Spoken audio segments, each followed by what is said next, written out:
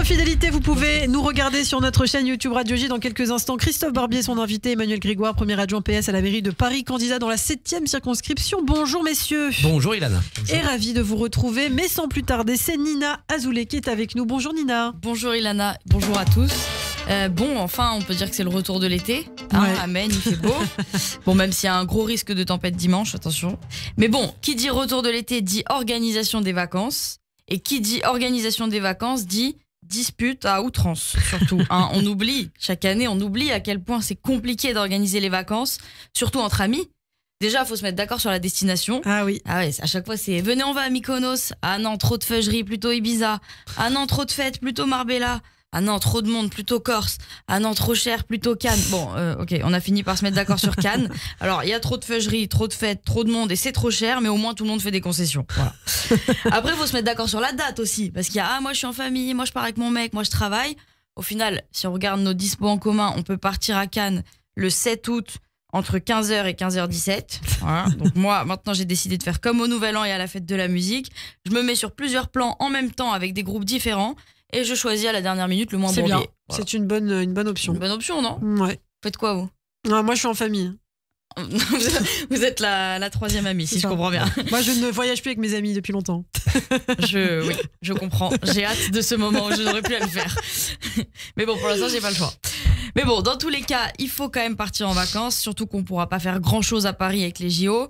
En plus, je comprends rien, parce qu'il y a des zones où on peut pas circuler, d'autres on peut circuler entre 15h, 15h10 à condition d'être piéton ou cycliste, mais avec un pied par terre. Bon, je comprends Et rien. d'avoir son QR code. QR code, exactement, mais il faut un QR code pour aller travailler. Qui c'est qui va se démener pour faire les démarches? Il y a des périmètres gris, bleu, rouge. Enfin, je suis tellement nulle pour me repérer dans Paris qu'à tous les coups, je vais prendre des amendes. Au final, ça me coûtera moins cher d'aller à Mykonos que de rester à Paris. Et je sais pas comment je vais faire, parce que là, déjà, j'ai plus d'argent. Il faut que je vous raconte. La semaine dernière, j'ai été victime d'une arnaque bancaire. Ah ouais. Oui. Alors là c'est le moment où... Enfin, j'étais totalement sincère depuis le début, mais là, on rentre dans une intimité qui va me blesser. Donc à tout moment, il y a une larme qui coule, je vous le dis. Non, mais je pensais pas qu'un jour ça m'arriverait. En fait, de base, je suis une meuf d'internet. J'ai grandi avec les arnaques, plus ou moins. Ouais. Je sais les repérer et je me moque de ceux qui tombent dans le piège. J'en fais partie maintenant. Mais franchement, je vous dis, c'était extrêmement bien fait. Les mecs se sont améliorés grave. Alors qu'est-ce qui s'est passé? Je vais pas dire que je suis admirative de leur travail, mais franchement, c'était digne du grand banditisme aujourd'hui. Et ils ont complètement changé leur approche. Ils savent faire bonne impression, alors que c'est totalement de l'arnaque. Un peu comme le RN, finalement. Mais après, c'était sur le moment, j'y croyais, parce que, en fait, je vous raconte l'histoire avec du recul, vous allez me dire, c'est évident que c'était une arnaque. Je reçois un appel d'un soi-disant conseiller du service fraude de Boursorama. Ah. Voilà, bon, qui est ma banque quand même, je précise, hein, sinon j'aurais quelques doutes. Et le mec commence à m'expliquer que des achats ont été réalisés avec ma carte. 800 € chez Darty, 1000 € chez Electrodépôt, 500 € chez Boulanger.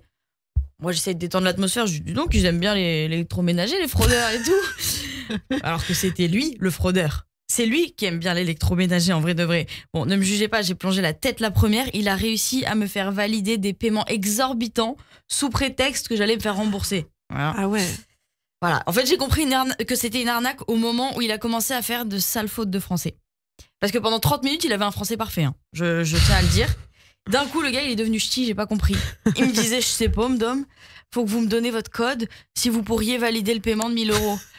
Je dis, ok, qu'est-ce que je fais là? Le gars a pas été solide sur ses appuis très longtemps, en tout cas.